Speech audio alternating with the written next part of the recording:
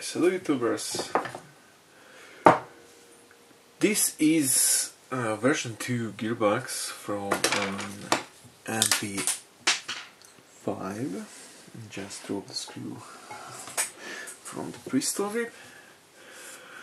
This particular MP5 is a Cyma CM.041B.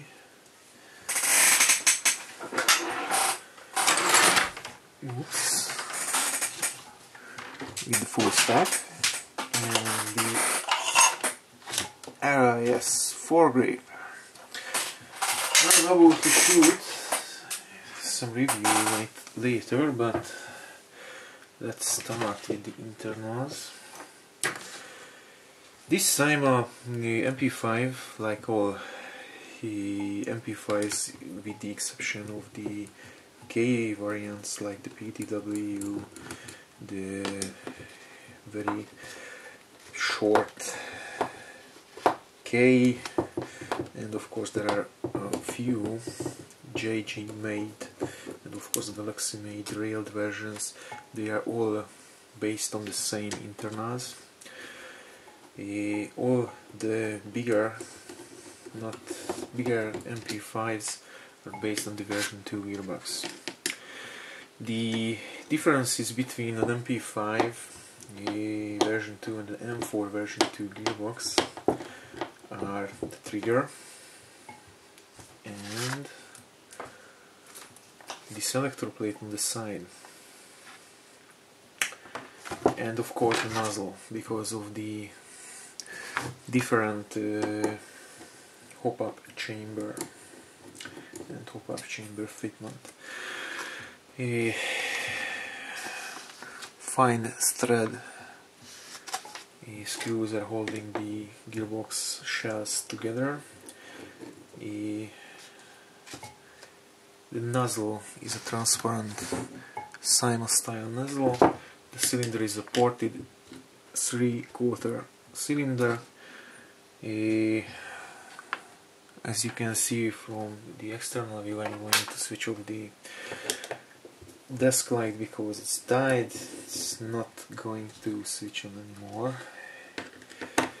So spring guide is a version 3 spring guide, like in the M4 CQB we disassembled approximately a month ago.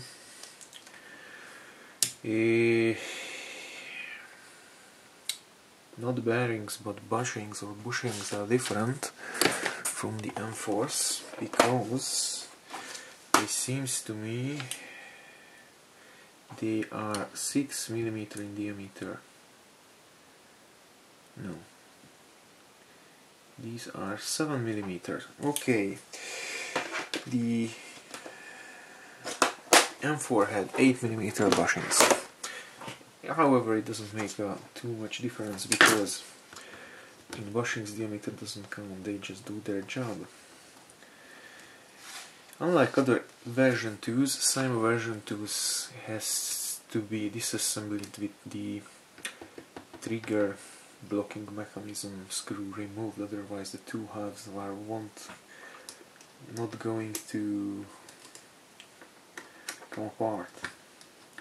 I'm not expecting any miracles here, not counting the high torque blue bottom motor, because the M4 came with a pretty standard green, not green but black and grey motor. This is a blue and black motor, which is awesome because it has a very strong magnet. You need to find magazine, and as you can see, this magnet is very strong inside. This means you are going to have a very strong motor, and usually these high torques with the strong magnet gives you a very snappy 3D response on semi. Although they are not going to have too much rate of fire, so rounds per minute is going to be lower. As you can see, the usual Chinese grease everywhere. Let's do that apart, so take that apart, not aside, sorry, not apart, aside. Spring is pretty strong, and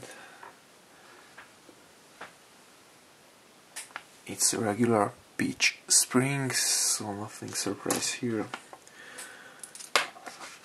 Very strong version 3 spring guide. I prefer version 3 of spring guides because they are more stable, held in place in the gearbox. As you can see, the base is steel, of course the screw is steel, and the shaft is steel too, and the magnet is pulling every steel parts to its side. Let's put that aside.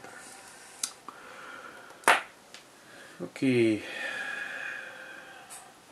transparent. Very small, little tiny flathead. Tappet plate, yes, it's a tappet plate. Usual polycarbonate piston with the first steel teeth or tooth with the pretension mass inside, and a decent piston ahead. Let's see the compression. I'm not expecting miracles here, but not good but not bad. Okay, polycarbonate tappet plate. Sorry for the light, but I have a faulty desk light.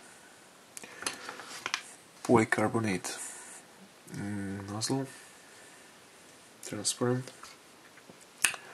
Polycarbonate cylinder head, brass cylinder, steel gears, steel anti-reversal latch, steel bushings. Not too good but not too bad wiring.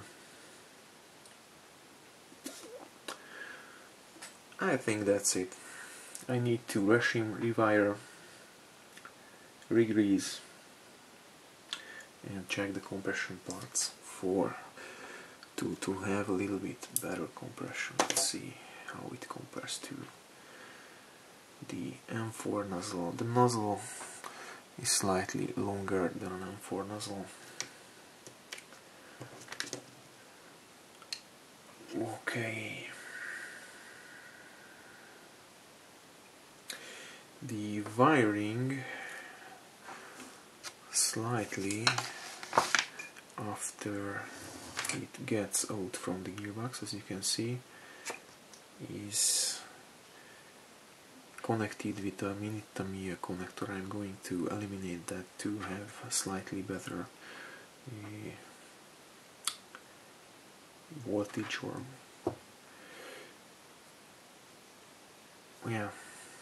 electric flow with less resistance. And I'm going to remove the fuse box too. I mean, according to my experience, the fuse is going to cause you nothing but problems, so you better remove that. It won't save you from anything broken inside. Okay, thanks for watching, rate, comment, subscribe.